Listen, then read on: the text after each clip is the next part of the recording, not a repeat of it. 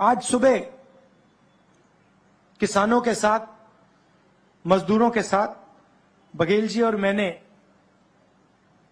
थोड़ा काम किया, बातचीत की और सारे के सारे किसान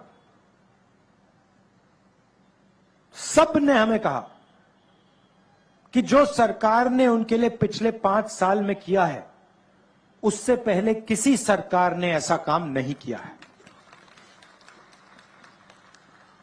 2500 रुपए प्रति क्विंटल, कर्जा माफ, बिजली बिल हाफ, किसान न्याय योजना में 23,000 करोड़ रुपए 26 लाख किसानों को, मजदूरों को 7,000 रुपए हर साल, 5 लाख मजदूरों को फायदा मिला। अब देखिए कांग्रेस पार्टी का तरीका देखिए। आज सुबह किसानों से बात हुई, मजदूरों से बात हुई। मजदूरों ने हमें कहा, बघेल जी को, साहू जी को, टीएस जी को, मुझे कि 7,000 रुपए थोड़ा कम है।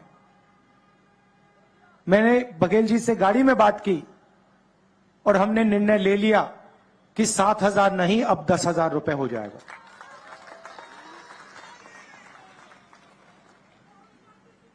और छत्तीसगढ़ के किसान, सारे किसानों को मैं कहना चाहता हूं, पिछली बार हमने कर्जा माफी का वायदा किया था, वो वायदा हमने पूरा किया और इस बार भी हम कर्जा माफी का वायदा कर रहे हैं और हम आपका कर्जा माफ कर देंगे।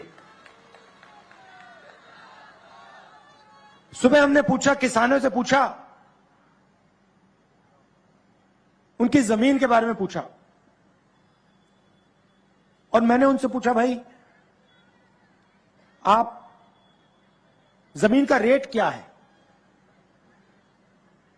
सीधा मुझे जवाब देते हैं, राहुल जी यहां पे कोई जमीन बेचना नहीं चाहता, हमें अब जमीन बेचने की कोई जरूरत ही नहीं है, कोई कर्जा नहीं है, बैंक अकाउंट में पैसा है, हम जमीन बेचने की सोच ही नहीं रहे हैं। तो यह ऐतिहासिक बदलाव आया है और बहुत गहरा बदलाव आया है और हम चाहते हैं कि किसान, मजदूर, छोटे व्यापारी और मजबूत हों। देखिए, 2 तरीके की सरकार होती है।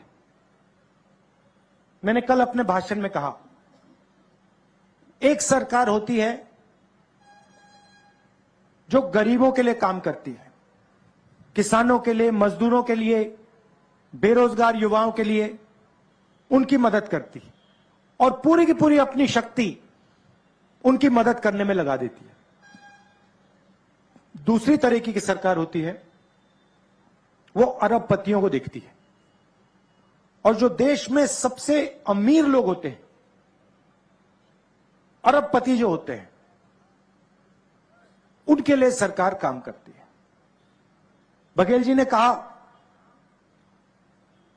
14 लाख करोड़ रुपए नरेंद्र मोदी जी की सरकार ने अदानी जी जैसे लोगों का कर्जा माफ किया है। 14 लाख करोड़ रुपए। आप मुझे बताइए, बीजेपी ने कौन सी स्टेट में,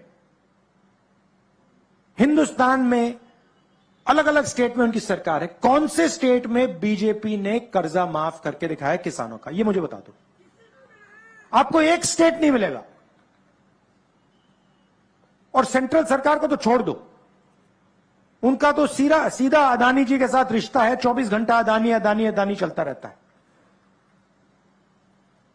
खदानें दे दी, एयरपोर्ट दे दिए, पोर्ट दे दिए, किसान के कानून बना दिए उनके लिए। मोदी जी किसानों से कहते हैं, नहीं मैं तो आपके लिए फायदा करना चाहता हूं, मैं किसान बिल लाया हूं।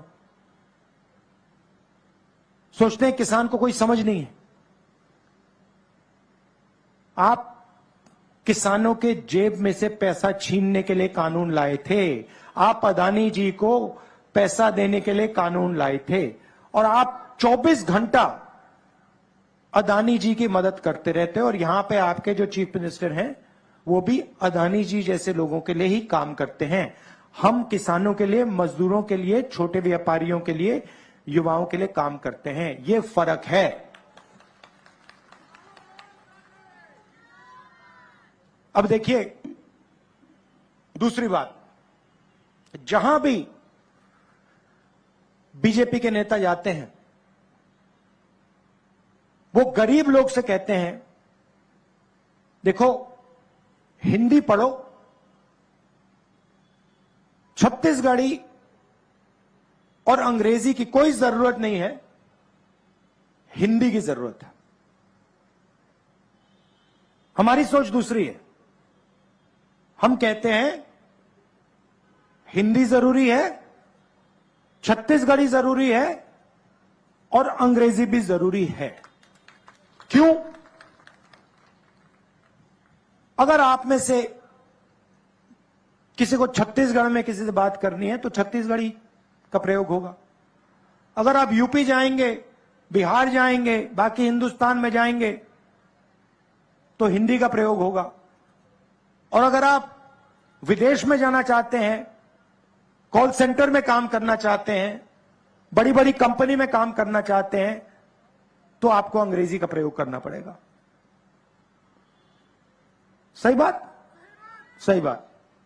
अब आप एक काम कीजिए, ये जो बीजेपी के नेता आते हैं 24 घंटा हिंदी हिंदी हिंदी बोलते रहते हैं, आप इनसे एक सवाल पूछिए। आप इनसे ये पूछिए, भैया आप कहते हो कि अंग्रेजी नहीं पढ़नी चाहिए, आप कहते हो छत्तीसगढ़ी नहीं पढ़नी चाहिए, आप कहते हो हिंदी होनी चाहिए, आप हमें एक बात बताओ, आपके जो बच्चे हैं वो क्या हिंदी मीडियम स्कूल में पढ़ रहे हैं या अंग्रेजी सीखते हैं? और ये सारे के सारे आपको बताएंगे कि नहीं भैया हमारे बच्चे तो इंग्लिश मीडियम स्कूल में पढ़ाई करते हैं।